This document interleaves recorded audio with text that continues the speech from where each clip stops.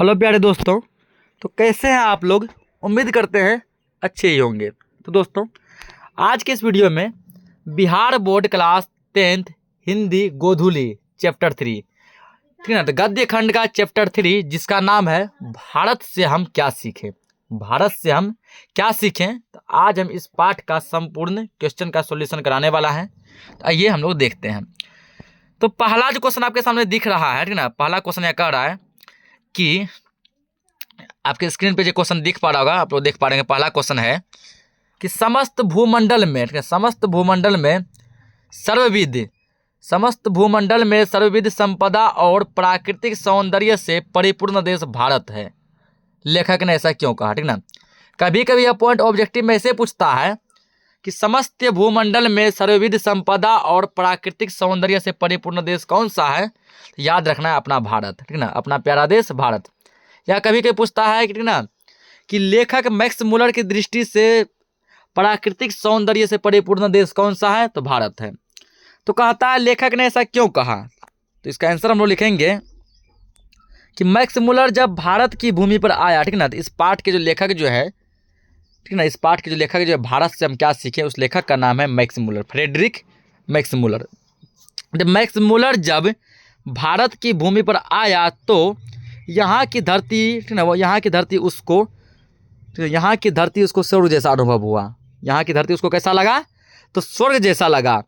यहाँ के इतिहास, रहन सहन, रीति रिवाज, भाषा, साहित्य, पुरातत्वों को देखकर जो आनंद उसको प्राप्त हुआ, उस आनंद को भाषा के रूप में व्यक्त करते हुए, ठीक ना, उन्होंने कहा, उस आनंद को भाषा के रूप में व्यक्त करते हुए मैक्स मुलर ने कहा कि समस्त भूमंडल में सर्वविध संपदा और प्राकृतिक सौंदर्य से परिपूर्ण देश भारत है। कहने का मतलब हुआ कि मैक्स मुलर जब भारत आया तो भारत की धरती को जब वो देखा तो उसको स्वर्ग जैसा अनुभव हुआ। कैसा अनुभव हुआ? स्वर्ग के जैसा।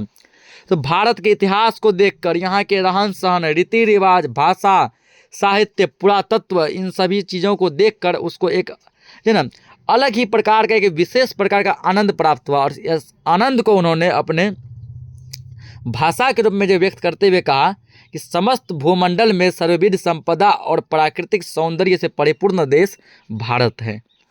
अगला क्वेश्चन देखते हैं। अगला क्वेश्चन कह रहा है कि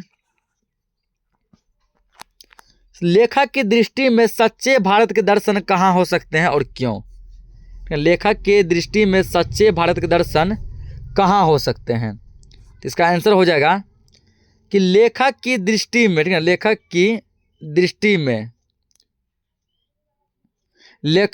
लेखक मैक्स मुलर की दृष्टि में सच्चे भारत के दर्शन गांव में हो सकते हैं, ठीक है ना। मैक्स मुलर की दृष्टि में जो है, यदि आपको भारत के गहनता को जानना है ना, भारत के जो ना प्राचीन सौंदर्य को जानना है, तो आप गांव घूमिए। तो लेखक जो है मैक्स मुलर की दृष्टि में सच्चे भारत के दर्शन गांव में हो सकते हैं। कहाँ हो सकते हैं?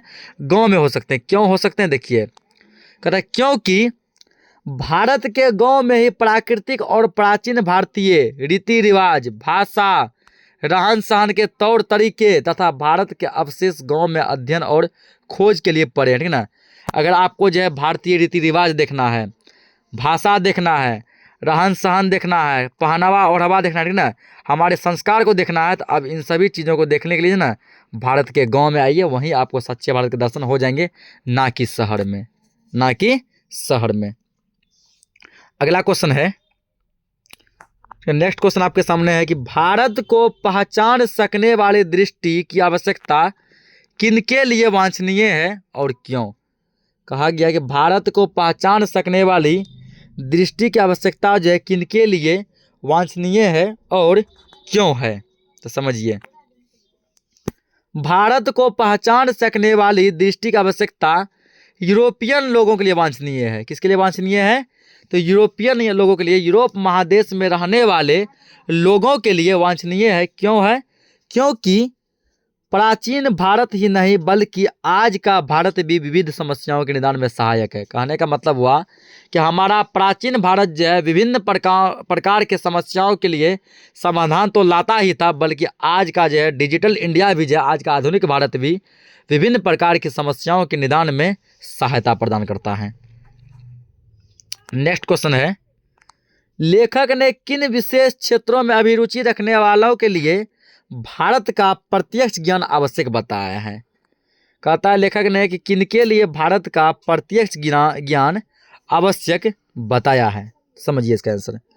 लेखक मैक्स मुलर ने, ठीक है ना, लेखक मैक्स मुलर ने भूविज्ञान, वनस्पति विज्ञान, जीव जंतु विज्ञान,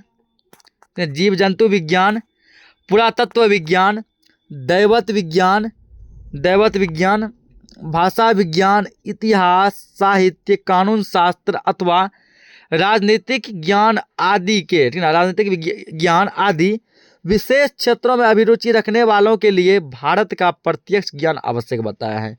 जो भी व्यक्ति भूविज्ञान, वनस्पति विज्ञान, जीव जंतु विज्ञान, पुरातत्व विज्ञान, दैवत विज्ञान, भाषा विज्ञान, इतिहास, साहित्य, कानून, राजनीतिक ज्ञान, इन सभी चीज़ों में जो भी व्यक्ति, ठीक है, रुचि रखते हैं उसके लिए भारत का प्रत्यक्ष ज्ञान आवश्यक है। अगला क्वेश्चन है कि लेखक ने वारेन हेस्टिंग्स से संबंधित किस दुर्भाग्यपूर्ण घटना का हवाला दिया है और क्यों? वारेन हेस्टिंग्स से संबंधित किस दुर्भाग्यपूर्ण घटना का हवाला दिया है और क्यों दिया है? समझिए इसका आंसर कि क्यों दिया है। लेखक मैक्स मुलर ने अपने आलेख में वारेन हेस्टिंग्स से संबंधित उस दुर्भाग्यपूर्ण दुर्घटना का हवाला दिया है कि जिससे वाराणसी के पास उसे 172 दारिस नामक सोने का सिक्का प्राप्त हुआ, जिस सिक्के को वारेन हेस्टिंग्स ने ईस्ट इंडिया कंपनी के पास इसलिए भिजवा दिया था कि दुर्लभ यह प्राचीन सिक्का सर्वोत्तम वस्तु में गिना जाएगा। लेकिन उन सिक्कों को ईस्ट इंडिया कंपनी के निदेशक सामान्य सोने का सिक्का मानकर गलवा दिया। जब तक वारेन हेस्टिंग्स इंग्लैंड से वापस आए तो सिक्का गल चुका था। मैक्स मुलर ने इस दुर्भाग्यपूर्ण दुर्घटना का हवाला दिया कि पुनः किसी से ऐसी कोई पुनरावृत्ति ना हो। इसको एक लाइन में समझिए। कहने का मतलब हुआ कि ना कि वाराणसी के पास वारेन हेस्टिंग्स को 172 दारिस नामक सोने से भरा एक घड़ा मिला था। तो वो क्या किया, वारेन हेस्टिंग्स उस सिक्कों से भरा घड़ा को, ठीक ना, सोने से भरा सिक्के का जो घड़ा मिला था उस घड़ा को अपने पास नहीं रखा बल्कि ईस्ट इंडिया कंपनी के पास भेज दिया।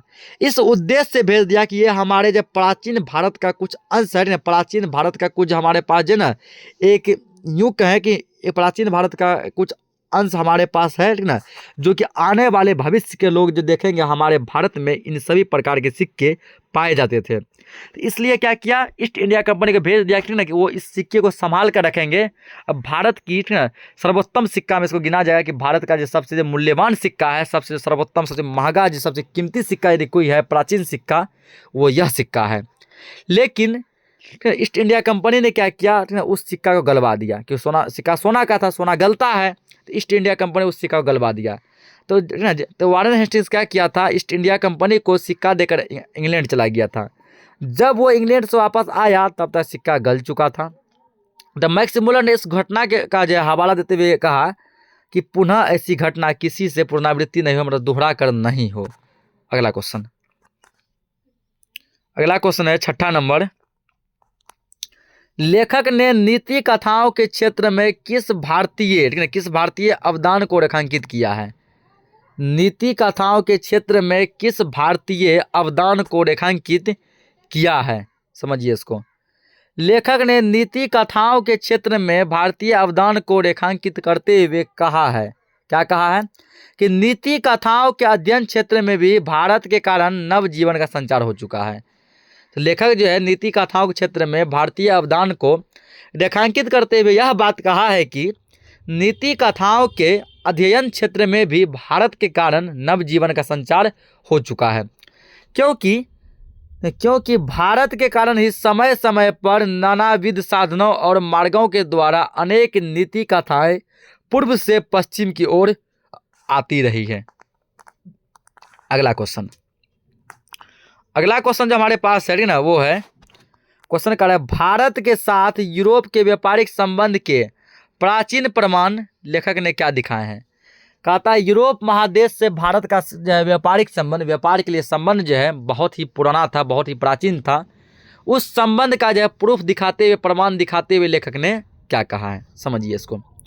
भारत के साथ यूरोप के व्यापारिक संबंध के प्राचीन प्रमाण लेखक ने बाइबिल को दिखाते हुए कहा है कि संस्कृत शब्दों के आधार पर मैं इस निष्कर्ष पर पहुंचा हूं कि हाथी दांत, बंदर कोमा होगा, बंदर कोमा मोर और चंदन आदि, ये जिन नहीं लिखना है, आदि वस्तुओं का व्यापार यूरोप में होता था। वह केवल, यहाँ जो लिखना है, आदि वस्तुओं का व्यापार यूरोप में होता था जो, वह केवल क्या लिखेंगे, जो केवल भारत से ही निर्यात संभव है। जो कहाँ संभव है, भारत से। कहने का मतलब लेखक ने बताया ठीक ना कि बाइबल में ऐसा है, बाइबिल में लिखा गया है हाथी दांत, बंदर, मोर, चंदन की लकड़ी, ठीक ना, ये सभी अभी जो है भले ही यूरोप महादेश के अन्य देशों में पाया जाता है, वो अलग बात है, ठीक ना, लेकिन एक समय था कि इसका निर्यात केवल भारत में ही संभव था। मतलब ये सभी चीज़ केवल हमारे भारत देश में ही पाया जाता था और भारत से ही विश्व के अलग अलग देशों में भेजा जाता था, जिसके निर्यात की बात बाइबिल में लिखी गई है। इस बात को किसमें लिखी गई है, बाइबिल में लिखी गई है। शाहनामा के रचनाकार, शाहनामा ठीक ना, शाहनामा क्या हो गया, मान लीजिए एक ग्रंथ वगैरह हो गया। शाहनामा के रचना काल, ये नहीं लिखना आपको ब्रैकेट में ना, शाहनामा के रचना काल में भी यूरोप भारत का व्यापारिक संबंध था, ठीक है ना, फुल स्टॉप देना है, यहाँ हो गया, यानी यहाँ ऐसे लिखिएगा, शाहनामा के रचना काल में भी यूरोप और भारत के व्यापारिक संबंध के बारे में बताया गया है। क्या लिखना है, शाहनामा के रचना काल में भी यूरोप और भारत के व्यापारिक संबंध के बारे में बताया गया है, फुल स्टॉप, हो गया इसका आंसर। अगला क्वेश्चन आपके सामने जो है, ठीक ना, आपके स्क्रीन पर अगला क्वेश्चन दिख पा रहा होगा। तो नेक्स्ट क्वेश्चन जो हमारे सामने है वो है कि भारत की ग्राम पंचायतों को किस अर्थ में और किनके लिए लेखक ने महत्वपूर्ण बताया है, स्पष्ट कीजिए। भारत की ग्राम पंचायतों को लेखक ने बहुत ही महत्वपूर्ण बताया है, इसका क्या कारण है, स्पष्ट कीजिए। तो भारत की ग्राम पंचायतों को अत्यंत सरल राजनीतिक इकाइयों के निर्माण और विकास से संबंध प्राचीन युग के कानून के पुरातन रूपों के बारे में जो अनुसंधान हुए हैं उसके महत्व और वैशिष्ट्य की परख सकने के अर्थ में राजनीतिज्ञों के लिए महत्वपूर्ण बताया गया है।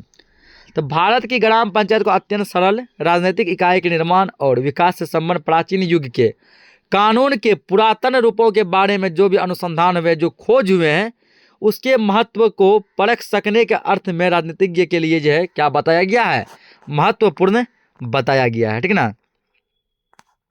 नेक्स्ट क्वेश्चन है, अगला क्वेश्चन आपके सामने है कि धर्मों की दृष्टि से भारत का क्या महत्व है। धर्म के मामले में, धर्म की दृष्टि से भारत का क्या महत्व है। तो धर्मों की दृष्टि से भारत का महत्व बताते हुए लेखक ने कहा है कि धर्म का वास्तविक उद्भव उसके प्राकृतिक विकास अथवा क्षीयमान रूप का प्रत्यक्ष परिचय भारत में मिलता है। क्या कहा है कि धर्म का वास्तविक उद्भव उसके प्राकृतिक विकास या क्षीयमान रूप का प्रत्यक्ष परिचय यदि कहीं मिलता है तो वह भारत में मिलता है। तो वह भारत, यह लिखना, यह भारत, ठीक ना, क्या लिखा गया, यह यहाँ लिखना है, यह, ठीक ना, यह भारत ब्राह्मण धर्म, वैदिक धर्म, बौद्ध धर्म की जननी है, ठीक ना। भारत क्या है, ब्राह्मण धर्म, वैदिक धर्म और बौद्ध धर्म की जननी है, ठीक ना, और पारसी धर्म की शरण स्थली है, ठीक ना। यानी कि ब्राह्मण हो गया, वैदिक हो गया, बौद्ध धर्म हो गया, इन सभी का निर्माण जो है, इन सभी का जननी जो है, देन यदि कोई है वो भारत है। और पारसी धर्म का शरण स्थली, मतलब पारसी धर्म के बहुत सारे लोग यहाँ पर निवास करते हैं। पारसी धर्म के बहुत से लोगों को भारत ने अपना शरण दिया है। 10वां क्वेश्चन है, भारत किस तरह अतीत और सुदूर भविष्य को जोड़ता है, ठीक ना। अतीत यानी कि हो गया इतिहास, भविष्य, सुदूर भविष्य यानी भविष्य, ठीक ना। कहने का मतलब हुआ भारत कैसे प्राचीन और भविष्य को जोड़ता है, इतिहास से भविष्य को जोड़ता है, स्पष्ट कीजिए। तो समझिए इसके बारे में। भारत को जानने की इच्छा, भारत को जानने की इच्छा रखने वाले लोग जब भारत में अनुसंधान करते हैं तो उसकी जैसी भी समस्या हो, चाहे शिक्षा के क्षेत्र में, कानून के पक्ष में अथवा शासन पद्धति के पक्ष में, जिस भी पक्ष में समस्या हो, उस समस्या का हल खोजने के लिए भारतीय अतीत का भी अध्ययन किया जाता है तथा समस्या का हल भी हो जाता है, ठीक ना। हम जो क्या करते हैं, हमारे देश में जब भी किसी भी क्षेत्र से में संकट आता है, चाहे वो एजुकेशन यानी शिक्षा के क्षेत्र में हो, कानून बनाने के क्षेत्र में हो, शासन पद्धति के क्षेत्र में हो, जिस भी क्षेत्र में संकट आता है उस संकट का जो समस्या का समाधान ढूंढने के लिए हम लोग क्या करते हैं, अपने अतीत को, अपने इतिहास को पढ़ते हैं, ठीक है ना। उसको अध्ययन करने के बाद जो है क्या होता है, समस्या का हल भी हो जाता है जो भविष्य के लिए उपयुक्त है। भविष्य के लिए क्या है, उपयुक्त है। अतः भारत अतीत और सुदूर भविष्य को जोड़ता है, ठीक है। इस प्रकार भारत क्या करता है, अतीत और सुदूर भविष्य को जोड़ता है। अगला क्वेश्चन देखिए। नेक्स्ट क्वेश्चन है कि मैक्स मुलर ने संस्कृत की कौन सी विशेषता को महत्व बतलाए हैं। मैक्स मुलर ने संस्कृत की कौन कौन सी विशेषताएं और महत्व बतलाए हैं, ठीक है। क्या विशेषता बताएं और क्या महत्व बताएं, समझिए उसको। तो मैक्स मुलर ने संस्कृत की विशेषताओं में पहली विशेषता इस भाषा की प्राचीनता, जिसका काल विश्व की अन्य भाषा से पूर्व का काल है ना। मैक्स मुलर ने सबसे पहली विशेषता यह बताया कि पूरे विश्व की सबसे प्राचीनतम भाषा यदि कोई है, सबसे पौराणिक, सबसे जो है पुराना यदि कोई भाषा है तो वह भाषा संस्कृत है। दूसरी विशेषता यह बताया, दूसरी विशेषता कि आज के संस्कृत में भी प्राचीनता का महत्व भली भांति सुरक्षित है, नहीं कि आज के आधुनिक युग में भी हम लोग जो संस्कृत पढ़ते हैं उसमें बहुत सारे जो है प्राचीनतम चीज़ों के बारे में बताया गया जो आज भी सुरक्षित है। तीसरी विशेषता यह बताया, यह भाषा अन्य भाषा के बारे में जानने का मजबूत आधार है। यदि आपको जो है दुनिया के और भी किसी भी भाषा के बारे में जानना है, ठीक ना, उसके लिए आप संस्कृत पर जो है, ठीक ना, कि विशेष गहन अध्ययन कीजिए, आपको उन सभी भाषाओं के बारे में जानकारी मिल जाएगी। नहीं, सभी भाषाओं का जन्मदाता संस्कृत को लेखक मानते हैं।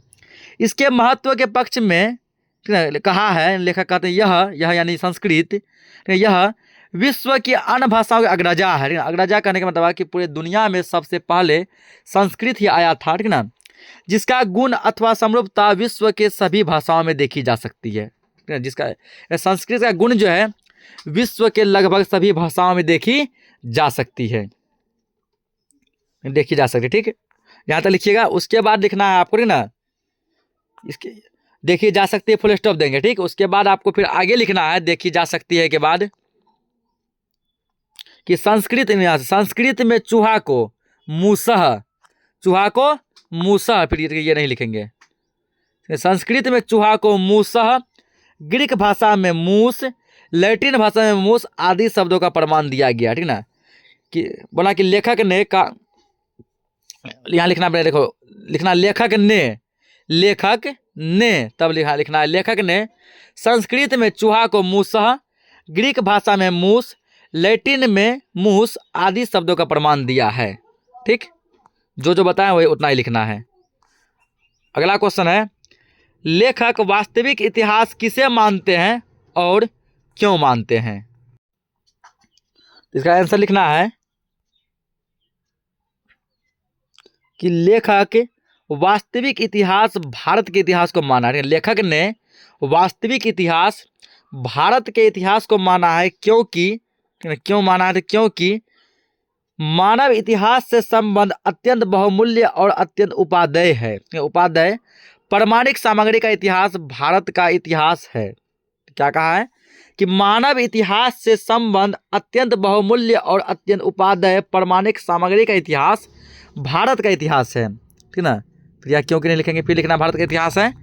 आगे इसमें लिखना है भारतीय इतिहास के किसी एक अध्याय के बराबर विश्व के किसी भी देश का इतिहास संपूर्ण अध्याय से भी अधिक महत्व रखता है। फुल स्टॉप दीजिएगा, हो गया इसका आंसर, ठीक ना। बोला गया कि भारत के इतिहास का एक चैप्टर तो विश्व के इतिहास के संपूर्ण बुक का जो टोटल चैप्टर के बराबर जो अकेले होता है। नेक्स्ट क्वेश्चन, अगला क्वेश्चन हम समझते हैं। तो नेक्स्ट क्वेश्चन जो है संस्कृत और दूसरी भाषाओं, ठीक ना। क्या क्वेश्चन, संस्कृत और दूसरी भाषाओं के अध्ययन के पाश्चात्य जगत को प्रमुख क्या क्या लाभ हुए हैं। जगत को प्रमुख क्या क्या लाभ हुए हैं, समझिए इसके बारे में।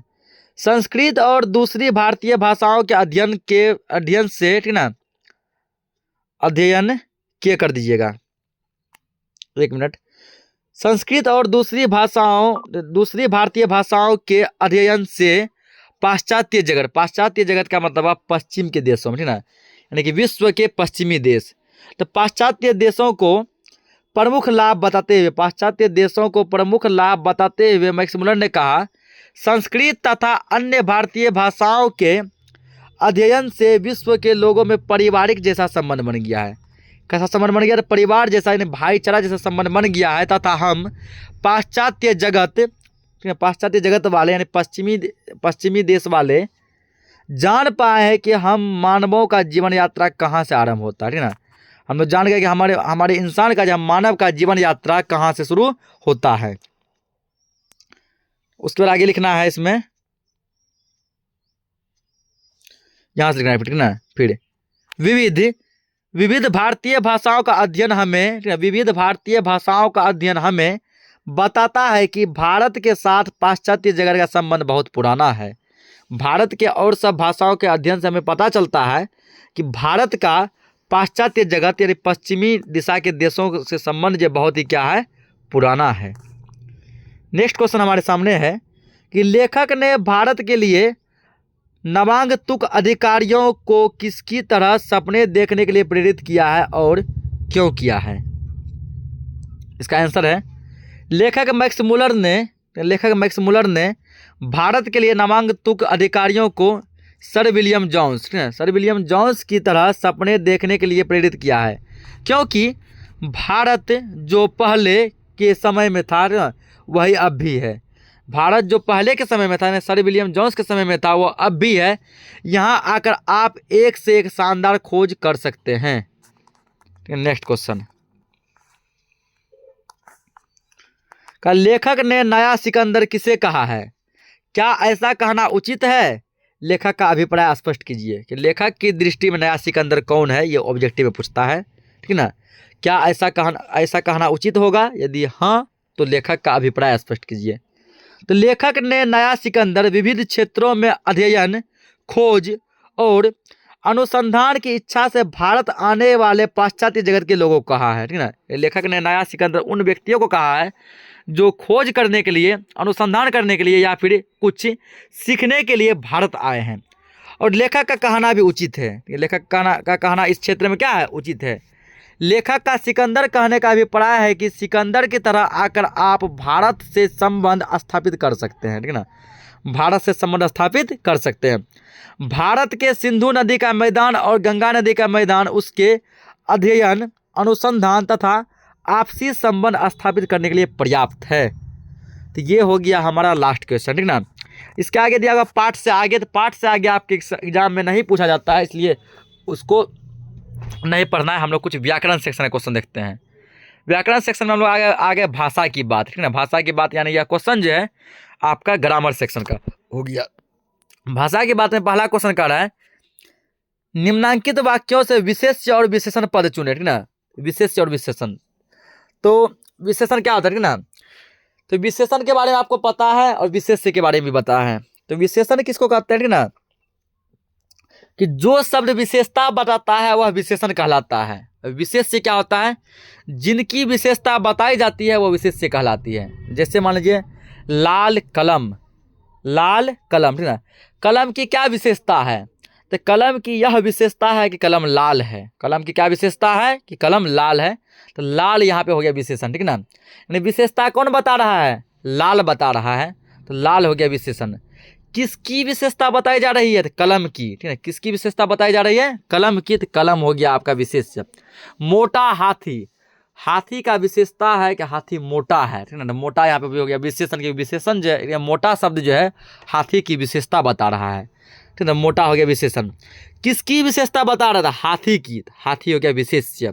तो क्या समझे, जो शब्द विशेषता बताता है विशेषण कहलाता है, और जिन शब्दों की विशेषता बताई जाती है विशेष्य कहलाता है। यहाँ क्या चुनना आपको? विशेषण और विशेष्य चुनना है। आइए, का नंबर में दिया है उत्कृष्टतम उपलब्धियों का सर्वप्रथम साक्षात्कार, ठीक ना।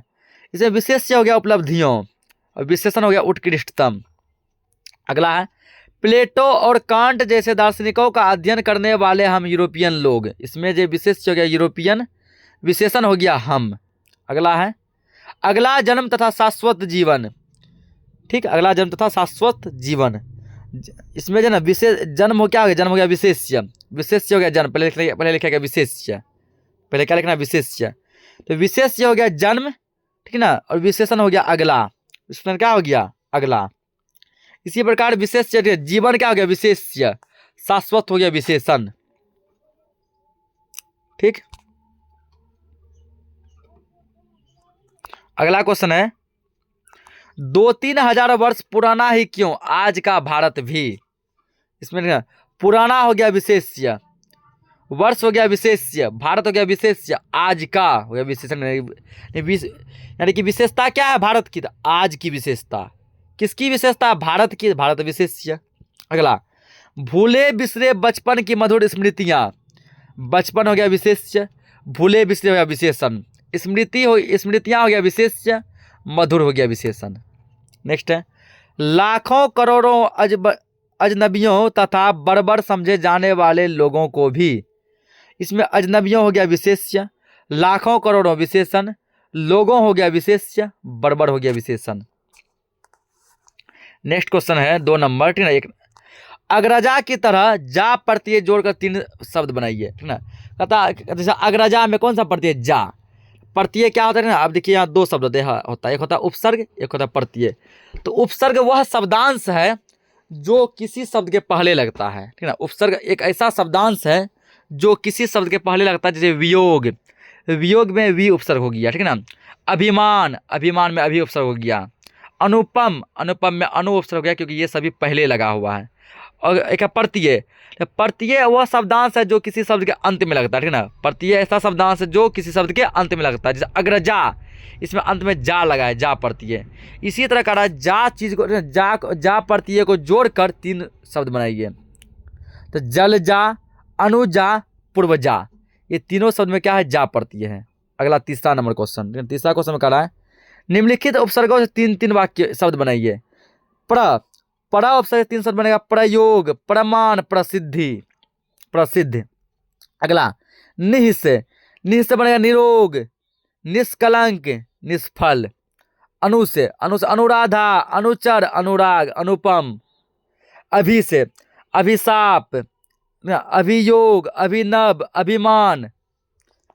अगला वि से वियोग, विभेद, विमल, ठीक है ना, ये सभी चीज बनेगा।